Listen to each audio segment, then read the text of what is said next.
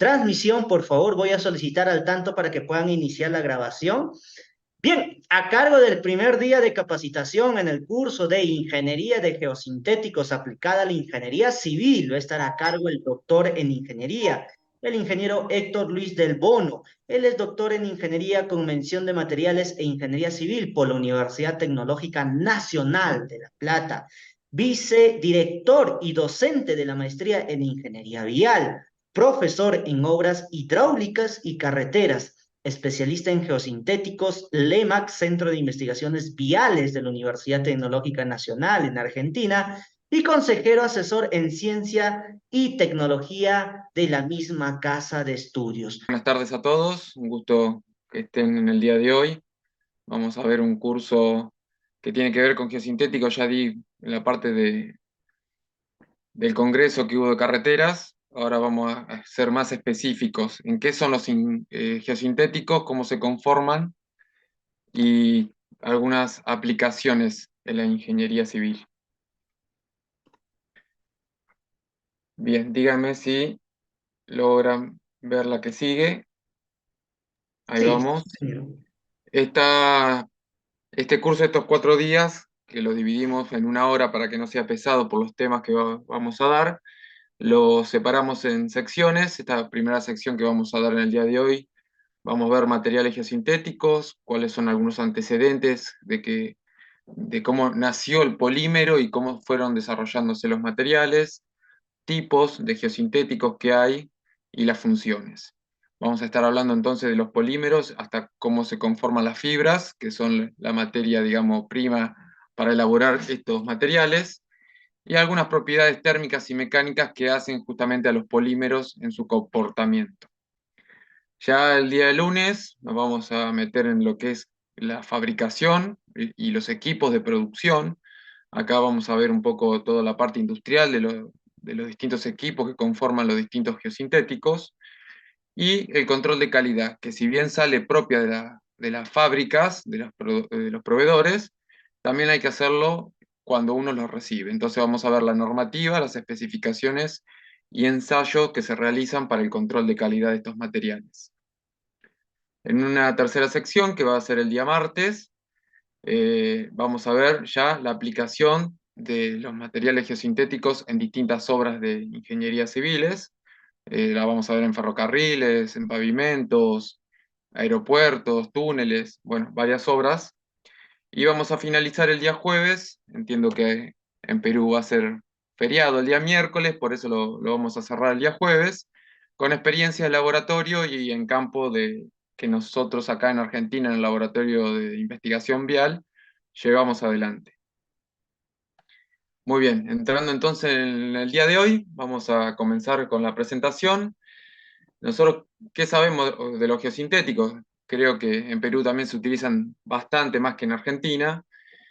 Lo podemos definir ya que se producen desde la tecnología textil y plástica, y le voy a agregar también de la industrial, porque como vamos a ver después, la parte industrial tiene mucho que ver en cómo se fabrican estos materiales, y se lo define por el término, digamos, geosintético, que es un material que va a estar en contacto con el suelo, trabajando en el campo de la geotecnia, y está realizado a base de polímeros que pueden ser sintéticos o naturales. Bien. En la parte de naturales se utiliza más que nada la fibra de coco, que es para la parte de control de erosión y que se genere la vegetación, pero mayoritariamente los materiales son a través de los polímeros sintéticos, que es lo que nos vamos a centrar en el día de hoy a explicarles. Bueno, se tienen distintas presentaciones en forma de un filtro, un manto, una lámina, una estructura tridimensional. Ahora vamos a ver algunos. Y bueno, de estos materiales, cada uno tiene distintas funciones. Los geosintéticos se dividen en geotextiles, que son los no tejidos, son fibras dispuestas aleatoriamente, donde las propiedades de resistencia se dan en todas direcciones. Y después tenemos los geotextiles tejidos. Ya son tejidos en una dirección y en la otra. Se conoce como la trama o la urdimbre, donde en las dos direcciones tienen sus propiedades de resistencia. Después tenemos las geogrillas, son materiales que se presentan como lo ven en la imagen arriba a la derecha, en tres alternativas que tienen que ver en la forma de resistir. La primera es bidireccional, resisten las dos direcciones, se fabrican a veces de distinta manera, donde una dirección es predominante a la otra, o las dos direcciones por igual. Después tenemos las geogrillas que se fabrican en una sola dirección, son las uniaxiales. Estas se utilizan generalmente en los refuerzos de muro, donde tenemos una solicitación que va a estar predominante respecto a otra. Y después tenemos las triaxiales. Bien, tenemos las georredes, ¿sí? Son tipo malla que se utilizan para el control de erosión. Tenemos geomembranas, que son para la parte de impermeabilización. Las geomembranas se comercializan en distintos espesores, estructuras lisas o corrugadas, con algún entramado también tienen para darle rugosidad, de distintos colores en función de dónde se van a utilizar, si rellenos sanitarios, si en túneles. Esto depende porque en los túneles, por ejemplo, donde estamos a oscuras, hay que utilizar una geomembrana que tenga un color donde se pueda localizar. Después tenemos los geocompuestos. Los geocompuestos son materiales sintéticos y se lo define como geocompuestos cuando se compone por un geosintético y otro material. Otro material que puede ser un otro geosintético o puede ser, por ejemplo, una bentonita. Hay materiales que se fabrican con una capa de un geotextil tejido, una capa de bentonita y otra capa de geotextil tejido, generando así un sándwich, y eso lo que hace es la bentonita en contacto con el agua impermeabiliza. Eso es un tipo de geocompuesto que algunos pueden llegar a conocer como el GCL, hay algunos otros tipos que después vamos a ver más adelante. Están las georredes, los geodrenes, que son la parte también del drenaje. Estos ya también son geocompuestos que se fabrican para poder permitir que el flujo corra en el núcleo del material geosintético y sirven para captar el agua y conducirla a un punto específico. Después tenemos las geoceldas, son materiales que trabajan confinando el material que se coloca en su estructura, más que nada utilizados en revestimientos de canales, pavimentos. Después hay geobloques, que son tipo el tergopor, donde se hace una extrusión del material a temperatura y presión, y se generan los geobloques utilizados mayoritariamente para, digamos, no utilizar suelo de cantera o otros materiales, sino que utilizamos este para ese volumen que genera el geobloque, no utilizar un material tradicional. Geomantas, que son para el control de erosión, y después ahí les muestro a la derecha que hay distintos sistemas que también pueden conocer, pero ya que están conformados como sistemas, que son los gaviones, los geotubos y los colchones. Estos sistemas, más adelante vamos a ver cuando veamos funciones en las obras de ingeniería civil, cómo se utilizan. Entrando en lo que son las funciones de estos materiales, tenemos la función de refuerzo, que es para reforzar la estructura, puede ser un terraplén, puede ser un pavimento. Después tenemos el tema de la separación, que la idea también es separar las capas, pueden ser las capas de un pavimento, donde cada capa trabaja con su módulo y su material, generando una estructura de soporte a la estructura que va a ir arriba, que puede ser el camino. Entonces acá la idea es separar esos materiales. Y también puede ser la función filtro. Hay veces que ahora vamos a ver que pueden cumplir las dos funciones. La función filtro es retener los finos y dejar pasar el agua. En este caso, como filtro, la permeabilidad normal al plano que va a tener el producto. Después tenemos la función de protección. Acá es donde se utiliza como un material de sacrificio, por ejemplo, en los rellenos sanitarios. Se utiliza un geotextil no tejido como protección de la geomembrana para, en caso de tener que colocar los materiales donde hay agregados que tengan una punta, estos no perforen la membrana que las tenemos que utilizar como barrera. Entonces se utiliza un geotextil no tejido de protección en esos casos. Después tenemos la función de drenaje. El drenaje se puede dar en normal al producto o en forma planar al producto. Esto lo vamos a ver en los ensayos de control de calidad. Y la función del drenaje es captar el agua y conducirla fuera de la obra, que sabemos que el agua es perjudicial para nuestras obras. la función de impermeabilización, que es generar una barrera para evitar el paso sea de un líquido de relleno sanitario o puede ser el agua de lluvia en los pavimentos, tratar de evitar que el agua que precipita sobre los pavimentos se conduzca hacia las capas inferiores. Estas son las funciones principales. Estas funciones después las vamos a ver aplicadas a las obras de ingeniería. La función principal del geosintético se refiere a ese papel que tiene que desempeñar en la estructura, que puede estar en contacto con el suelo o no, puede ser una obra también que esté en contacto con el hormigón directamente, vamos a ver distintas obras para esto, y es la capacidad específica que tenga ese material para, digamos, sea en la totalidad del proyecto o durante la instalación cuando uno lo está colocando. Es importante identificar cuál va a ser la función principal que el material va a desempeñar, porque esto tiene que ver con el diseño a la hora de que uno agarra una obra y tiene que ver de qué manera diseña, qué tipo de material va a utilizar, dependiendo de la función principal. ¿Por qué digo esto? Porque nosotros nos encontramos con que los distintos materiales cumplen distintas funciones. Y dentro de estas funciones tiene la función principal y la función secundaria. Acá les dejo unas tablitas donde verán que las funciones de separación, filtro, refuerzo en cada uno de los materiales la cumple de distinta manera. Y en el caso de los campos de aplicación, también en función si es de separación, filtro, refuerzo, va a tener el material cumpliendo una función principal y una función secundaria. Generalmente el geotextil no tejido, el que tiene función principal y secundaria, que hay que definir bien si es de separación o filtro. Ya después hay otros materiales como las que son la geomembrana, que sabemos que la función principal es impermeabilizar, la geogrilla sabemos que la función principal es reforzar. Bueno, hay algunos que se identifican bien cuál es su función, pero dentro de la obra tenemos que ver cómo van a estar trabajando esos materiales.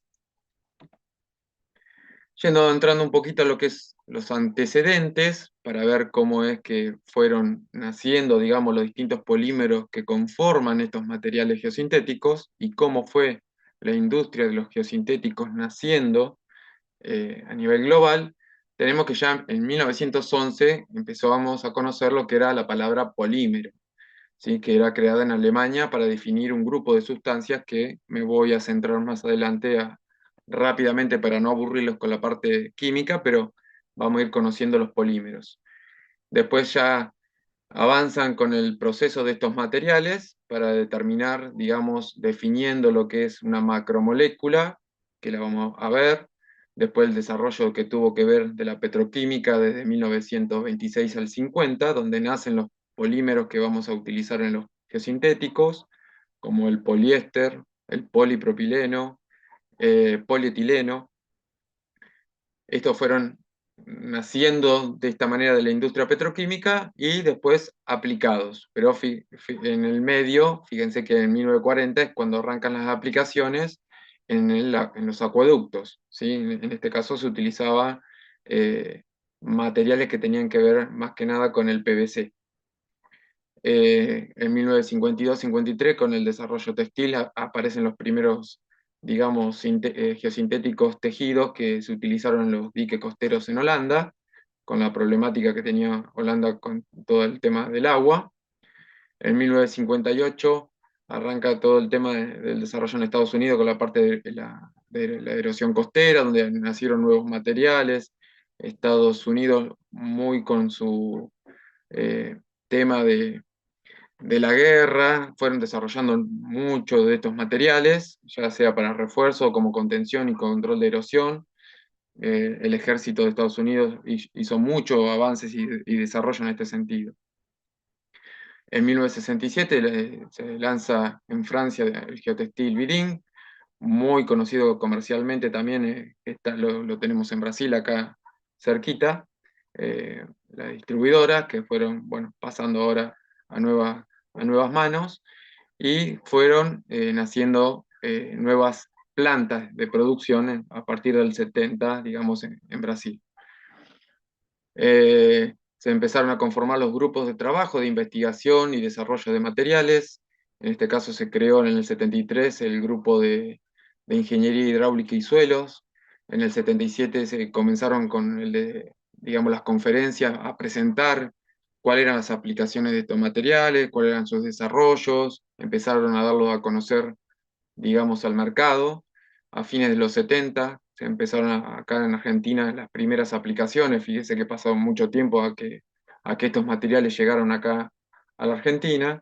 Después hubo toda una etapa digamos, de consolidación en el uso de estos materiales a nivel masivo, porque fueron creciendo las empresas, fueron creciendo los desarrollos, los equipos, y se fueron desarrollando nuevos materiales.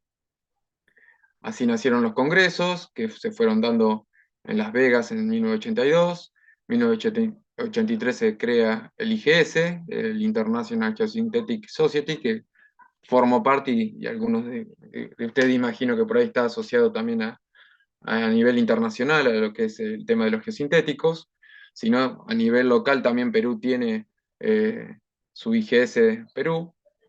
En 1986 los congresos, bueno, ya se fueron dando y distribuyendo por todo el resto de los países. Fueron dándose jornadas, acá en Argentina comenzamos prácticamente hace no mucho atrás, sino que en el 96 arrancamos a dar a conocer lo que eran los geosintéticos en el país. Y empezamos acá a trabajar con la normativa en el 2002, recién. En 2003 damos las primeras conferencias y editamos los primeros libros. Fundamos en el 2009 el IGES Argentina y fueron dándose los primeros seminarios que fíjense que hace 10 años que en la Argentina comenzamos a divulgar todo lo que es materiales geosintéticos, porque acá en Argentina son mayoritariamente productos importados. Solamente los geotextiles no tejidos se fabrican en Argentina. Bien, fuimos dando capacitaciones a partir del IGS Internacional, que tenía el programa de Educando Educadores. Empezamos a probar los primeros cursos de posgrado, en los cuales soy docente y fundador de estos cursos, y las primeras materias selectivas. Si bien geosintético se da, digamos, en cada rama de la carrera de grado, presenté una electiva para enfocar todo y nuclear todos los geosintéticos en una sola materia. Bien, eso un poco los antecedentes que tenemos acá en Argentina en el transcurso del tiempo con los materiales que no hace mucho tiempo que estamos desarrollando. Después, a nivel de utilización de los materiales, a lo largo de la historia, siempre el hombre fue utilizando los materiales que tenía locales a su alrededor. Algunas imágenes representativas de uso de troncos para reforzar los caminos y darle soporte. La piedra era lo primero que uno encontraba para aplicar como refuerzos, combinaciones de estas que se fueron dando. También tenemos antecedentes antes de Cristo en la utilización, en el caso de los babilonios, que utilizaban ramas de palmeras para construir las torres.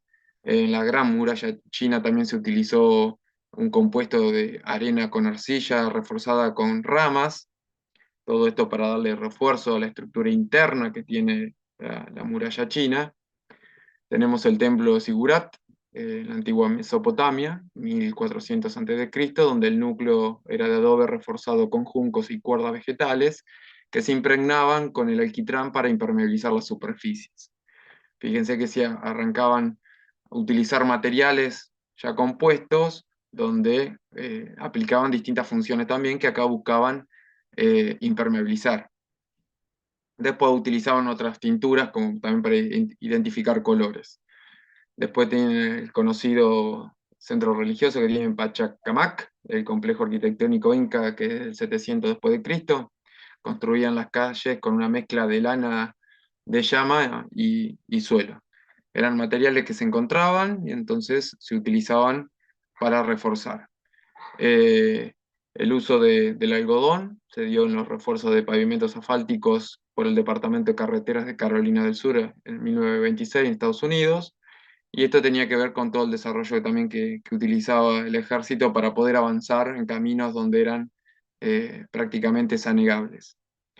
Y bueno, una fotito les dejo ahí que tienen abajo un geotextil tejido y han utilizado troncos como para reforzar sobre el material porque verán que están dentro de una selva aunque hoy en día no se recomienda talar tantos árboles para generar esto, sino que el material geosintético por sí solo, combinado con otro, lo cumple la función.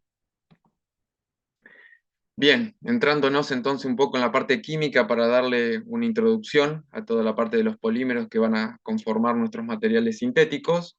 Tenemos que el polímero es una macromolécula que se forma por la unión de monómeros, ¿sí? El monómero es esa estructura que ustedes ven ahí en un color rojo, ese es un monómero.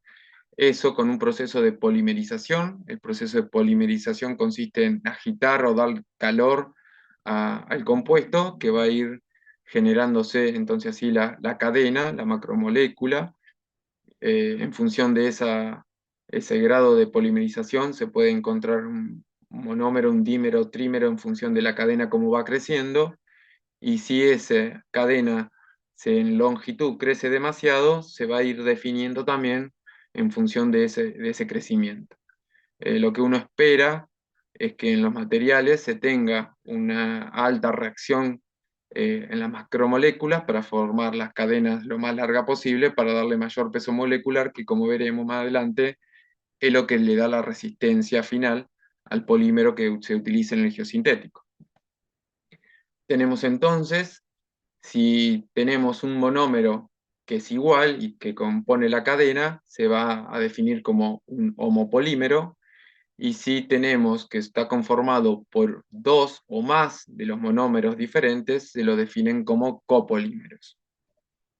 Acá le dejo un videito como para que vean cómo es la reacción por ahí de la cadena.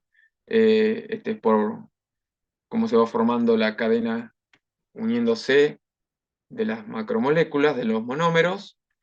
Y tenemos la que es por pasos abajo a la derecha, donde se forma de distintas maneras. O sea, se va formando por pasos hasta unirse después la cadena final. Esas son las dos formas que se pueden ir uniendo los monómeros por pasos o por etapas también para conformar esa cadena final. Una clasificación que tenemos son sintéticos o naturales. Hay polímeros que se sacan directamente del árbol, como verán ahí del Leveal brasilensis. Es un látex que se obtiene del árbol y se utiliza para hacer después los polímeros. Estos son naturales, como el algodón también. Y sintéticos son ya de lo que vamos a elaborar más adelante y lo que vamos a presentar. Después, según su composición, como vimos, si son un monómero iguales, homopolímero, y si son dos o más, son copolímeros. Después tenemos, según la estructura, polímeros que son lineales, polímeros que son ramificados o polímeros que se dan entrecruzados. Todo esto les da distintas propiedades al polímero final que se obtenga. Y en los videos que le presenté son reacciones en cadena, eh, que se da por el radical o catión, que se va, digamos, no me quiero meter mucho en la química, pero está formado por un doble enlace carbono que se va reaccionando, se va abriendo ese doble enlace para volver a juntarse con otro de los enlaces. Y la reacción por condensación es que cuando reacciona genera una molécula de agua que va a reaccionar con otro monómero. Después, haciendo una síntesis entonces, resumen de estos polímeros, tenemos la polimerización, como le decía, de adición o condensación, que va a generar una estructura que puede ser el homopolímero o el copolímero, y dentro de lo que es copolímero vemos ahí abajo a la izquierda que puede ser al azar, distintos monómeros que se van uniendo en forma aleatoria. Tenemos los copolímeros alternados, donde ya tienen una alternación, pero una secuencia lógica. Tenemos un copolímero en bloque, donde de 2 o de a 3 también en forma ordenada se van reaccionando y armando la cadena. Y después tenemos copolímeros que pueden ser injertados. Tenemos una cadena principal y después tenemos otras cadenas que se van injertando a esa cadena principal. En función de la estructura, algo que vimos recién, entonces el ramificado, el polímero lineal, en redes, y de todo esto después salen lo que conocen ustedes, que a veces ven en los paquetes, una codificación a nivel internacional que tiene que ver cómo se define cada polímero, que esto también al final vamos a ver que tiene que ver con el tema del reciclaje.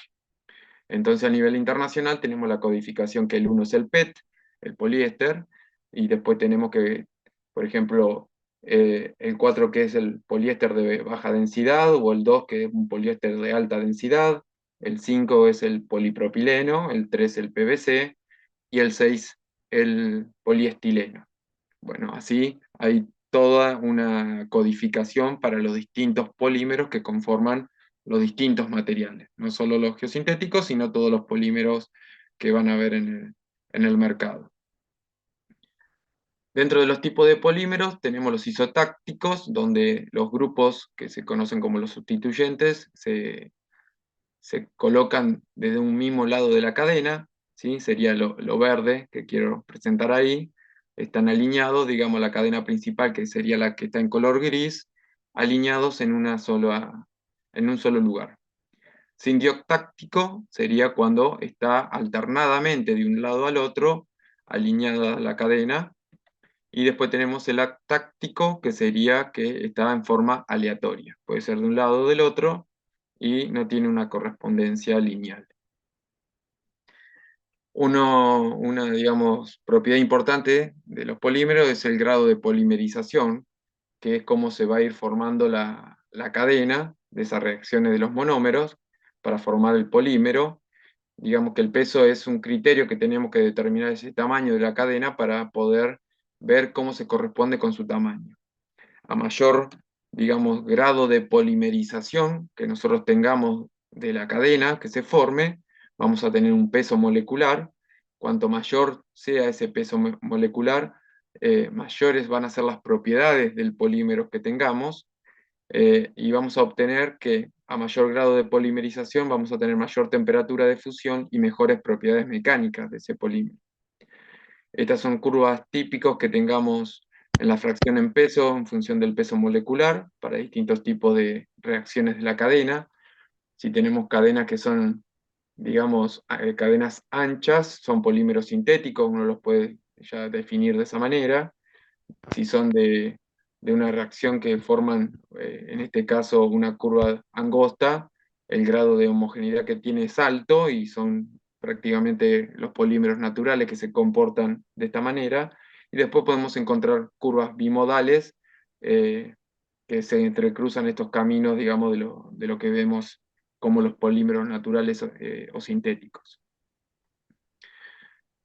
Ya mirando un poco la estructura que nosotros tenemos de los geosintéticos, vemos que el monómero se va armando, entonces tenemos la cadena lineal, que le mostraba que son las georillas unidireccionales, donde va a estar trabajando en esa dirección principal, en este caso el material, o cuando se van enlazando las cadenas, vamos a ir conformando lo que son las geogrillas o otros materiales, que en este caso es un PVC, donde es una lámina que se hace una perforación y se va estirando en un sentido y en el otro, y se va conformando lo que es una malla que puede estar trabajando en dos direcciones.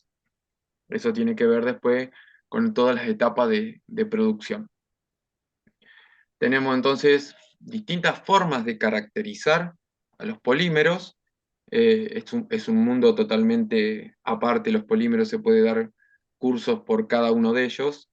Entonces, la forma de caracterizarlos hay en forma química, ¿sí? Que tiene una composición general y después tiene una secuencia que es por monómeros, por los pesos moleculares, se pueden caracterizar según su tamaño y su forma, según el orden que se encuentre, sea estado sólido o estado líquido, que tiene que ver con todo un tema de temperaturas, y con el comportamiento térmico, que hay ensayos específicos como el TGA, termogravimetría, que se hacen sometiendo los polímeros a 10 grados, de temperatura por minuto, que va creciendo esa temperatura y se va viendo cómo se comporta el polímero para ir definiéndolo.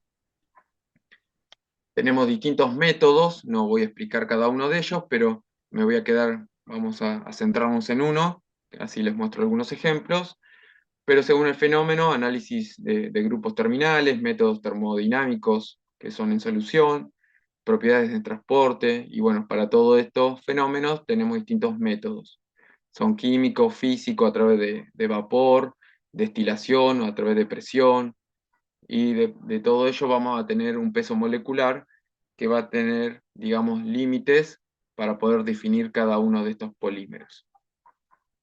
Dentro de estas técnicas que tenemos el UV visible, el DCC, Raman, TGA, DTA, estos son todos siglas que tienen que ver con ensayos de la microscopía electrónica, son equipos muy avanzados. Me voy a detener con el FTIR, que es ensayos también de microscopía por la transformada de Fourier, que consiste rápidamente es cada una de las macromoléculas que forman el polímero, la cadena, reaccionan ante una excitación que uno le dé, que puede ser el calor. Comienza la macromolécula digamos, a moverse, a agitarse de distinta manera, depende del enlace que tenga, el doble enlace carbono-carbono, si con enlace con hidrógeno, cloro, bueno, distintos tipos químicos que pueda tener el enlace del monómero que conforma la cadena, va a generar esto un intergrama que a través de la computadora uno puede armar un espectro.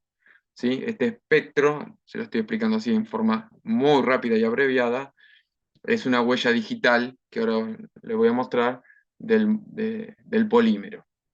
Entonces, todos estos materiales que uno lo fabrica a través del polímero base, de ese monómero, ante la agitación que se produce por la energía que uno le brinda al material, tiene un enlace químico, que puede ser ese doble enlace carbono-carbono que les decía, que se comporta con una distinta frecuencia ante la emisión de la luz.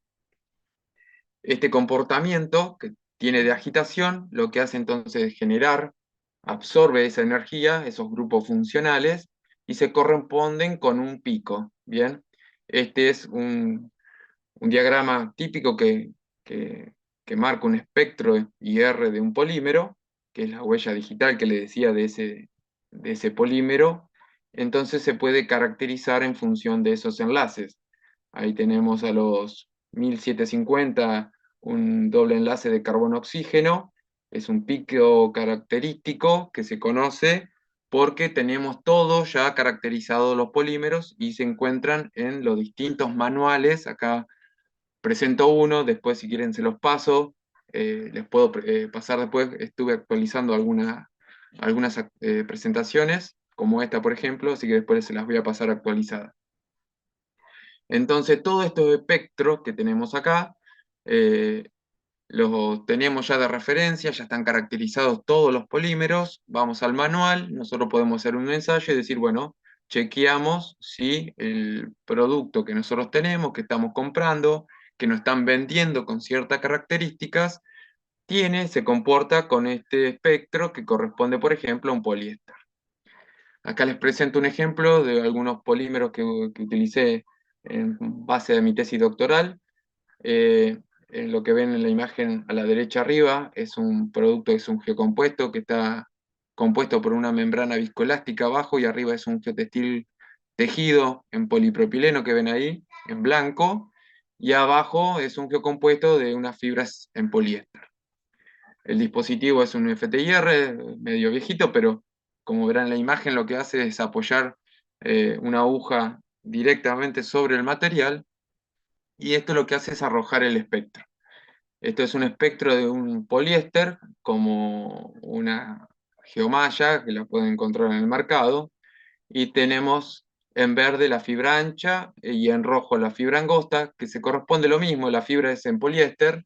La identifiqué porque este material en particular se fabrica en dos direcciones, entonces en una dirección principal se coloca la fibra ancha, que es donde va a estar trabajando la mayor solicitación, y en dirección transversal se colocaba la fibra angosta, que es la que por ahí contiene la estructura de la geomalla, pero no necesariamente trabaja en esa dirección.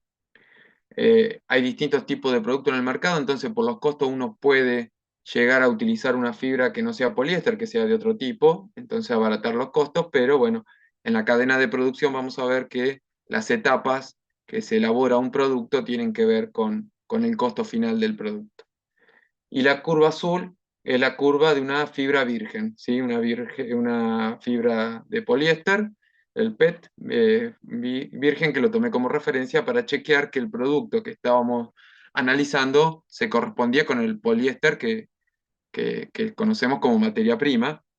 Y como verán, los picos se condicen bastante bien en las frecuencias que se tienen que dar. No hay variabilidad prácticamente eh, en el ensayo. Y después hicimos un ensayo que tenía que ver con un material que es un geotextil no tejido, también en poliéster, contra un material también geotextil no tejido en poliéster, pero que lo embebimos en asfalto. Esto se da prácticamente cuando hacemos refuerzo de pavimentos. Una de los materiales que se hacía como reflejo de fisuras se consideraban son los geotextiles no tejidos embebidos en asfalto. Y una de las alternativas que hicimos, digamos, analizar era ver qué pasaba cuando se embebía el material con otro polímero. En rojo tenemos el geotextil no tejido en poliéster y en negro tenemos el impregnado con asfalto.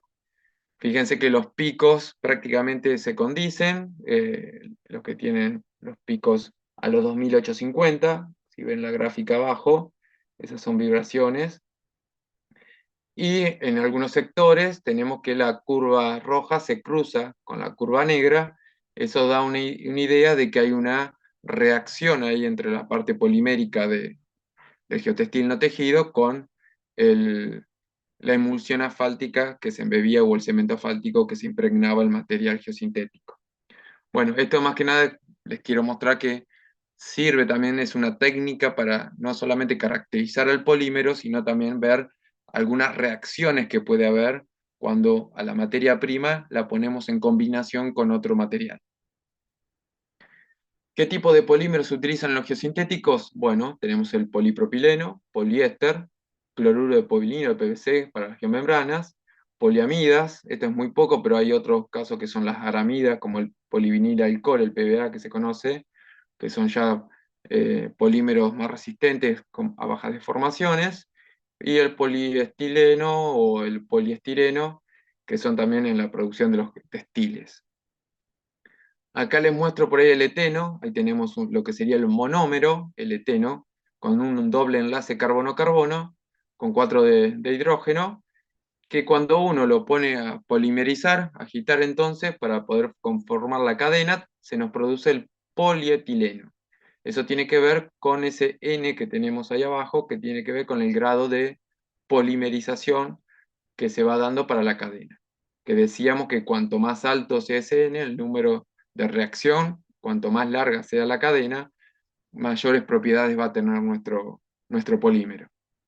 Y abajo tenemos el cloruro de vinilo, que es el PVC, se conforma, que también es, fíjense que es prácticamente parecido al eteno, pero que en vez de tener un enlace de hidrógeno, tiene uno de cloro, y ese después reacciona, entonces, para conformar el PVC. Podemos clasificarlos según la temperatura, ¿sí? En polímeros termoplásticos. Estas son formas de clasificarlo en función de si lo sometemos a una temperatura, a ver si el material fluye y si al enfriar se vuelve a sus condiciones o queda, digamos, pierde esas propiedades. Esto tiene que ver también con la parte de las cadenas y cómo se fue conformando esa cadena, esas macromoléculas, cómo se fueron uniendo. Ahora lo vamos a ver. En este caso puede ser que los termoplásticos los tenemos al polietileno, polipropileno y al PVC, o los termoestables, que son materiales que no fluyen, ¿sí? Estos se consumen prácticamente una vez que los ponemos a la temperatura y se degradan químicamente. Estos polímeros también los podemos hacer según sus aplicaciones. Conocemos como lo que son los elastómeros. Son materiales con muy bajo módulo de elasticidad, alta deformación. Después tenemos los plásticos, que son lo que más o menos lo que veíamos termoplásticos los anteriores, pero que tienen un comportamiento digamos, irreversible a la forma de someterlo a la temperatura, se deforman pero después no se recuperan. Tenemos las fibras, que son las que mayoritariamente utilizamos en los geosintéticos, que presentan alto grado de resistencia con baja deformación. Después se dan recubrimiento, que son, bueno, son también, no por menospreciar, pero son sustancias poliméricas líquidas que se ponen en algunos sustratos para darle ciertas propiedades, como ser la resistencia a abrasión, o acá podemos encontrar pinturas de demarcación vial, donde entran mucho la parte de polimérico para modificar las pinturas. Y tenemos los adhesivos que se combinan a alta adhesión y cohesión también, que les permite tener, digamos, contacto superficial, dar liga, digamos, una capa a la otra, y acá metemos la parte de las emulsiones que podemos ir modificando con algún tipo de polímeros. Esta es una curva sencilla como para demostrar que tenemos polímeros de alta resistencia a baja deformación, como es la curva, digamos, la recta A, ¿sí? Son polímeros frágiles. Prácticamente tenemos acá la línea de las fibras de vidrio, y también de las aramidas. Tenemos la curva B, que se corresponde también similar a lo que es la curva del acero, pero bueno, materiales que son plásticos, que tienen cierta resistencia y se van deformando un poco en el tiempo, o los elastómeros, que es la curva C, donde ya son materiales muy deformables y toman baja carga. Dentro de los naturales tenemos las fibras vegetales y las animales. Solamente mencionarles la fibra de coco, que es la figura que está abajo a la izquierda, que es la que se utiliza en las geomantas para el control de erosión y crecimiento de la vegetación. Y mayoritariamente nos vamos a meter en las sintéticas, que son los que utilizamos para elaborar los geosintéticos. La morfología, que tiene que ver con el tema de las propiedades que tengamos después finales del material. Podemos encontrar materiales amorfos, donde las moléculas están dispuestas en forma aleatoria, las cadenas se enroscan y se van curvando como ellas quieren, o nosotros las podemos ir, digamos, manejando. Vamos a encontrar materiales que son cristalinos, que tienen sus moléculas que se disponen en forma, digamos, de patrón repetido, que es una estructura regular y ordenada, y vamos a ver en la etapa de producción de los geosintéticos que nosotros tomamos un material amorfo y lo podemos llevar a uno cristalino. ¿Sí? Eso lo vamos a ir manejando nosotros para darle las propiedades finales a las fibras que nosotros queremos alcanzar para conformar nuestros geosintéticos. Y después, bueno, tenemos una combinación de estas curvas A y B, que tiene que ver cómo se van alineando las cadenas del polímero.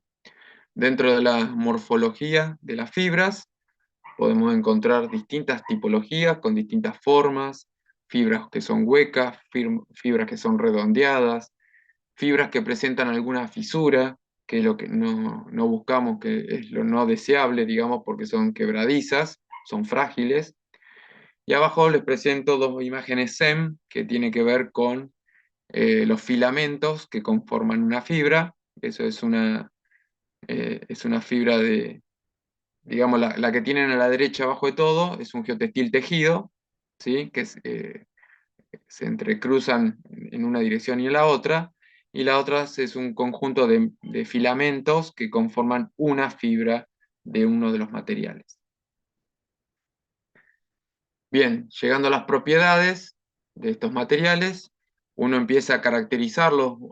Generalmente los ensayos que se realizan son ensayos de tracción, ensayos de temperatura. Tenemos el ensayo entonces de cargas de formación, y ahí les presento algunas curvas de distintos tipos de polímeros. ¿Sí? Tenemos la aramida, la fibra de vidrio. Fíjense que está el acero ahí como para tener una referencia de cómo la fibra de vidrio y la aramida supera en lo que es resistencia el acero a mayor carga con menores deformaciones todavía. Después hay curvas que, si bien se comportan parecidas, encontramos después el polipropileno o poliamidas que tienen mayores deformaciones cuando uno lo somete a un ensayo de carga. Y después la curva que tienen abajo de distintos polímeros son curvas de temperatura, son curvas de TGA, ¿sí? Termogravimétricas, que son ensayos que se aplica se va aumentando la temperatura con el tiempo, se va aumentando de a 10 grados por minuto y se va viendo el comportamiento térmico que van teniendo los polímeros. Y los que les presento a la derecha, digamos, es de una de las empresas que, por ejemplo, utiliza para una misma estructura del material, por ejemplo, una misma malla conformada de la misma manera, pero utilizando distintos polímeros. Fíjense que tiene el poliéster, después tiene el polivinil alcohol y una aramida, que en función del tipo de polímero que uno utiliza, obtiene distintos comportamientos de la curva de resistencias. Bueno, eso es importante siempre caracterizar porque en función de estas curvas uno está buscando cuando diseña en obra cuál es, digamos, la resistencia que tiene que alcanzar. Y para lograr estas resistencias, la producción tiene distintas etapas y para cada una de estas etapas distintos costos. Bien, dentro de las propiedades también tenemos entonces si son de alta o baja densidad, los polímeros con distintos comportamientos, muestro algunas curvas, pero más que nada viendo que baja densidad tenemos como si fuera digamos, una cadena deformable con varias subcadenas. Si ya con media densidad tenemos una cadena principal donde tenemos varias subcadenas, y una de alta densidad es, digamos, una cadena que predomina de alta resistencia con pequeñas, digamos, subcadenas chiquititas, pero que no hacen, digamos, al producto final entonces podemos definirlos así también a estos materiales. Bien, yendo a la parte, digamos, que uno busca también de control, en el caso nuestro, cuando utilizamos materiales geosintéticos, es ver cómo se degradan o cuándo pierden propiedades estos materiales. Nosotros estamos utilizando estos materiales en obras que van a quedar expuestas a la naturaleza por tiempos prolongados en el tiempo, donde algunos materiales están allá abajo en contacto con el suelo, otros están expuestos a la radiación solar, ¿sí? Como son las mantas que tenemos de control de erosión. Entonces, es importante hacer ensayos de control para la radiación ultravioleta, también la oxidación, ¿sí? Que también esto tiene que ver con contacto de expuestos al sol o también que les da en contacto con el agua.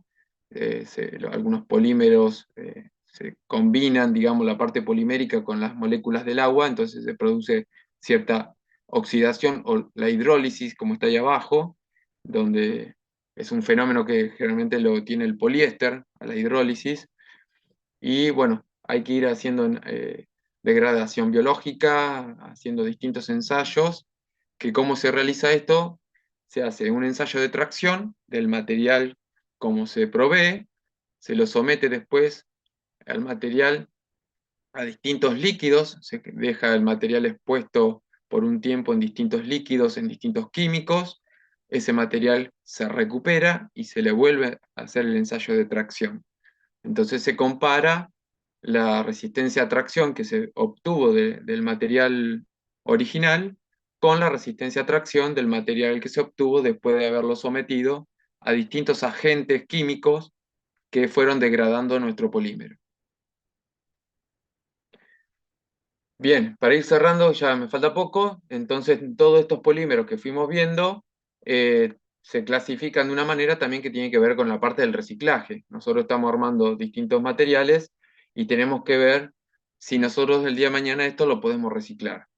Se los comento más que nada porque es una de las etapas de investigación que estamos haciendo con el tema de reciclar pavimentos donde se hayan utilizado materiales geosintéticos y ver cómo el poliéster podemos reciclarlo en los pavimentos para poder volverlo a utilizar. Esto es parte, digamos, algunas imágenes que le dejo de por qué la importancia de tener que hacer ensayos de control de calidad de los materiales, porque están expuestos al sol, tanto una vez que sale de la cadena de producción de las empresas quedan acopiados afuera, o cuando lo dejamos a un costado del camino, para que no se nos produzca esto. Bien, hay polímeros que resisten de una manera, otros que no, hay que cubrirlos para protegerlos. Hay guías, hay normas que identifican que más de 14 días los materiales no pueden estar expuestos al sol porque pierden sus propiedades.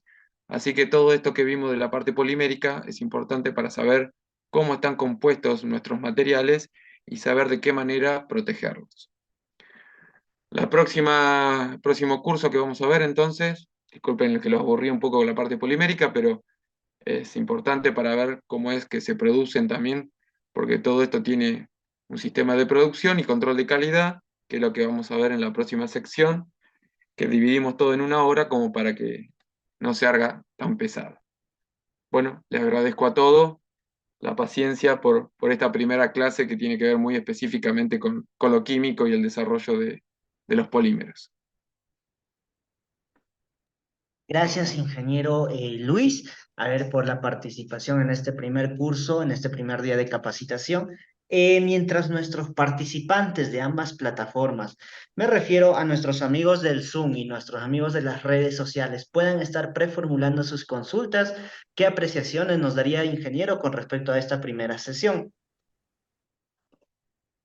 Bien, no, muy importante caracterizar los polímeros, o sea, siempre uno, digamos, es medio aburrido trabajar este tema acá, pero porque claramente uno quiere más a la aplicación de obra cuando trabaja con los geosintéticos, pero siempre es importante ir a la fuente de cómo se elaboró este material, cómo está compuesto este material, de qué manera se produce, porque nosotros finalmente después lo que buscamos es, como vamos a ver más adelante, son las funciones que estos materiales tienen que cumplir en nuestros proyectos, entonces es importante conocer los polímeros, en cuáles, como vamos a ver también en el control de calidad, la resistencia y deformación, o la parte de las geomembranas, la parte de impermeabilización, que tienen que, digamos, las membranas están expuestas, en el caso de los rellenos sanitarios, a líquidos y a químicos que hacen que el polímero se degrade.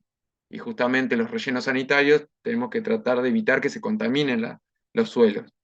Entonces es muy importante saber qué polímeros conforman nuestros materiales, cómo los caracterizamos y cuál es la función que tiene que desempeñar para poder caracterizarlos. Correcto, ingeniero Luis. Ahí se aparecen ya las consultas.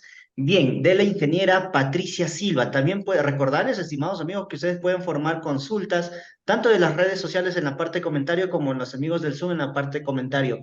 Y si quieren algo más personalizado, pueden levantar la mano en el Zoom y poder activar el micrófono. Por el momento, la ingeniera Patricia nos menciona, ¿cada qué tiempo se realizan los ensayos de control de calidad de los materiales? Bien, por finalizar, digamos, la cadena de producción de la fábrica se realiza siempre, seguidamente, todos los días, a cada lote, a cada producción, porque después ese rollo, vamos, si unificamos en una unidad de rollo, eh, porque el lote tiene varios rollos, ¿no? Pero bueno, si nosotros hacemos el control de calidad en uno de esos rollos que aplicamos, me voy a la parte vial, que es donde yo me desempeño más, y aplicamos en 1 kilómetro o 10 kilómetros cierto material que después falló, tenemos que saber identificarlo. Y entonces vamos a la empresa y le decimos, bueno, a ver, en esta producción, en este rollo, ¿dónde lo tenés definido? Tenemos que saber cuáles son los valores de caracterización que salió de fábrica. Entonces, cada material, cada producción se ensaya y se realiza control de calidad. Es diario, todos los días se realiza. Se realiza en la empresa. Ahora se debería realizar también por el contratista que recibe en obra ese material.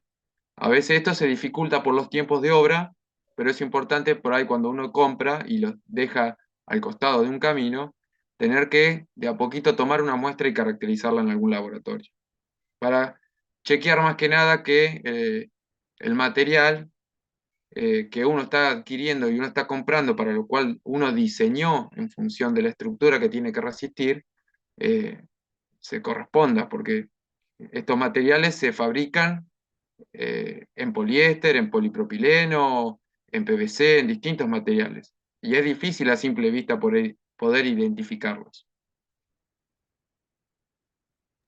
Correcto, ingeniero Luis. Entonces, a ver, vamos a esperar unos segundos más a ver si pueden aparecer algunas consultas.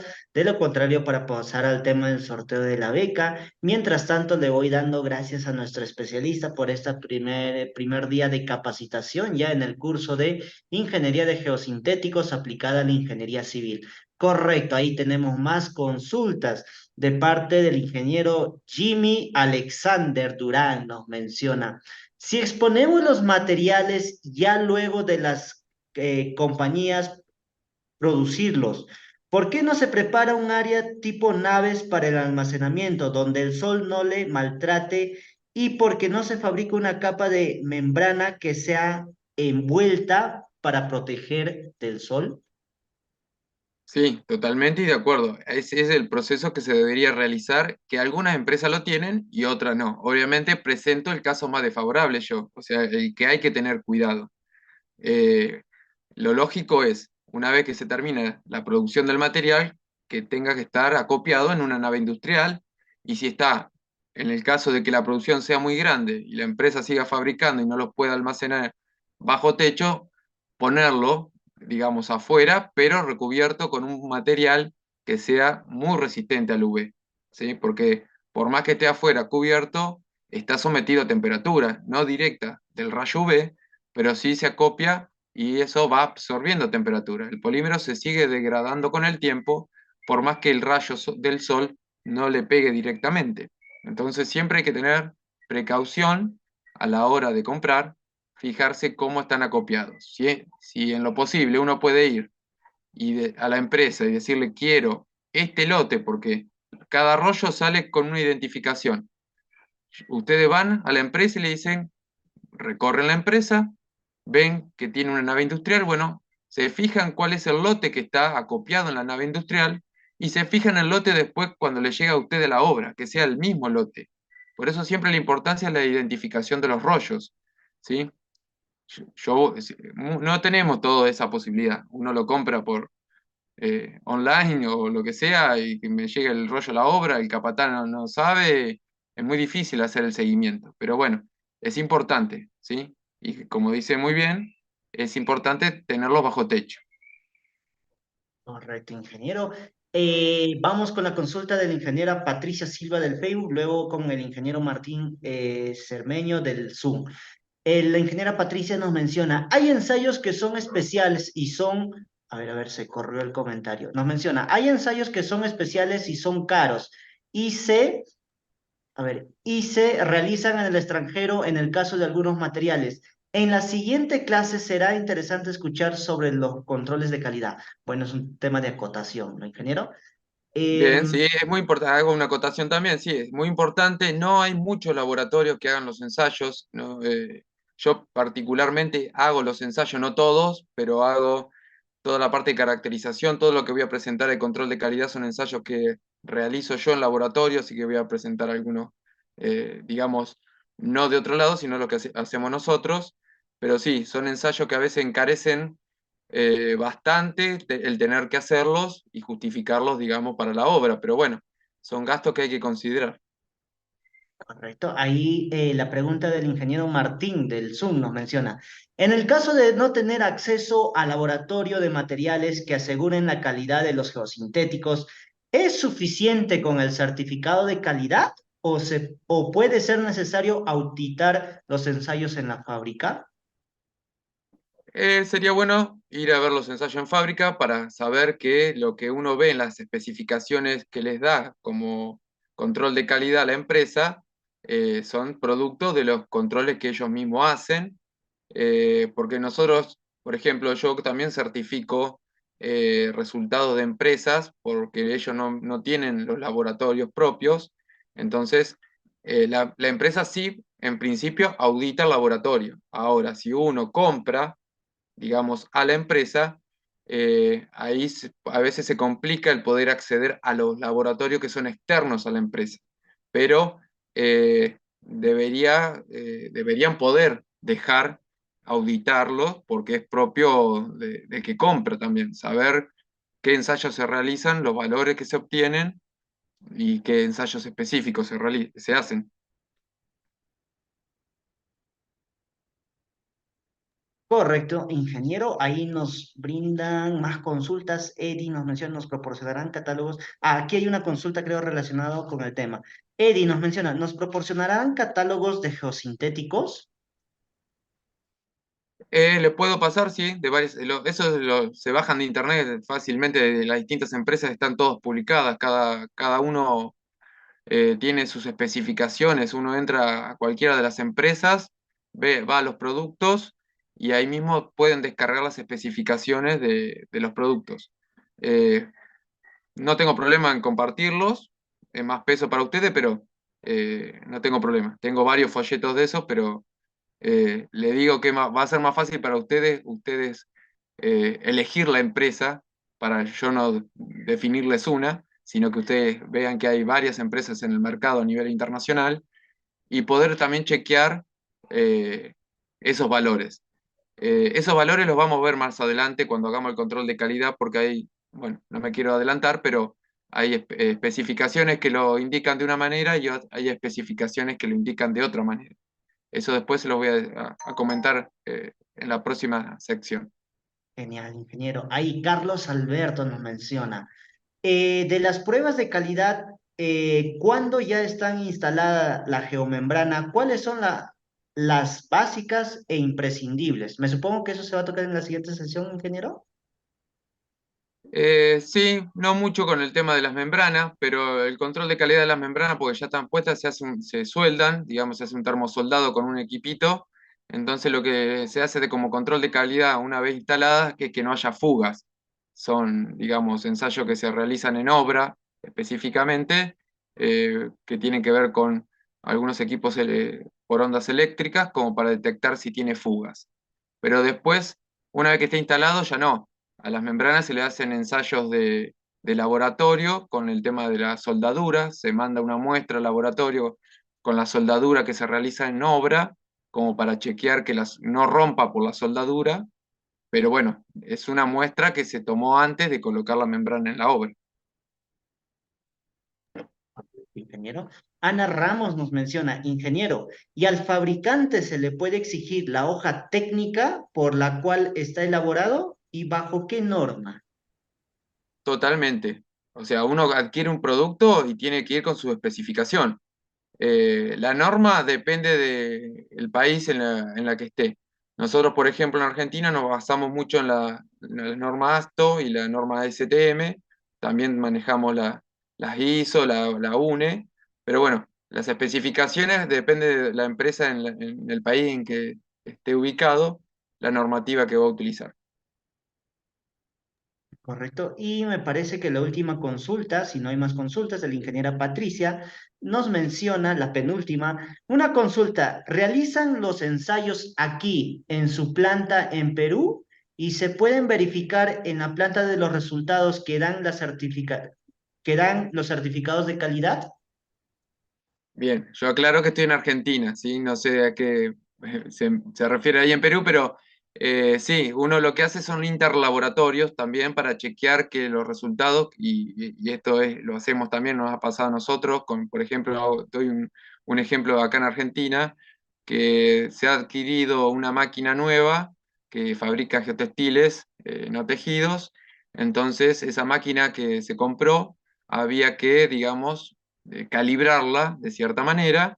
En esa calibración, la empresa hacía sus valores de resistencia, nosotros, por otro lado, en el laboratorio hacíamos nuestros resultados, chequeábamos que, digamos, esos resultados, lo que hacía la empresa y lo nuestro, qué tan sesgo tenía, pero a su vez teníamos que chequearlo con los originales, que era de dónde se adquiría la máquina, que supuestamente uno compraba una máquina para fabricar cierto material, entonces teníamos que chequear que la resistencia que se lograba con esa máquina sea para la cual uno la compró. Entonces, por un lado, teníamos que chequear que la resistencia fuera esa y por el otro chequear que la empresa hacía los ensayos en función de la normativa que se especificaba y nosotros por el laboratorio también chequearla a la empresa. Correcto, ingeniero Luis. Vamos con esta consulta, ingeniero, y nos despedimos con esto, por favor, ¿sí? Bien, Jimmy Alexander Durán nos menciona ahí a ver, en el Facebook. Pregunto, si con un contrato para realizar un bacheo y o construir una vía, ¿debo solicitar una prueba de calidad? y a la vez hacer una prueba en trabajo?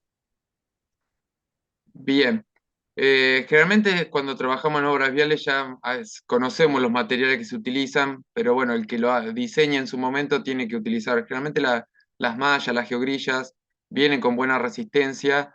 Se hace, sí, ensayos de laboratorio de la malla, digamos, se le hace el ensayo de tracción. Lo vamos a ver en el control de calidad, que hay distintos tipos de ensayos que se realizan para especificar cuál es la resistencia para el caso de los bacheos, para el caso de reflejos de fisura.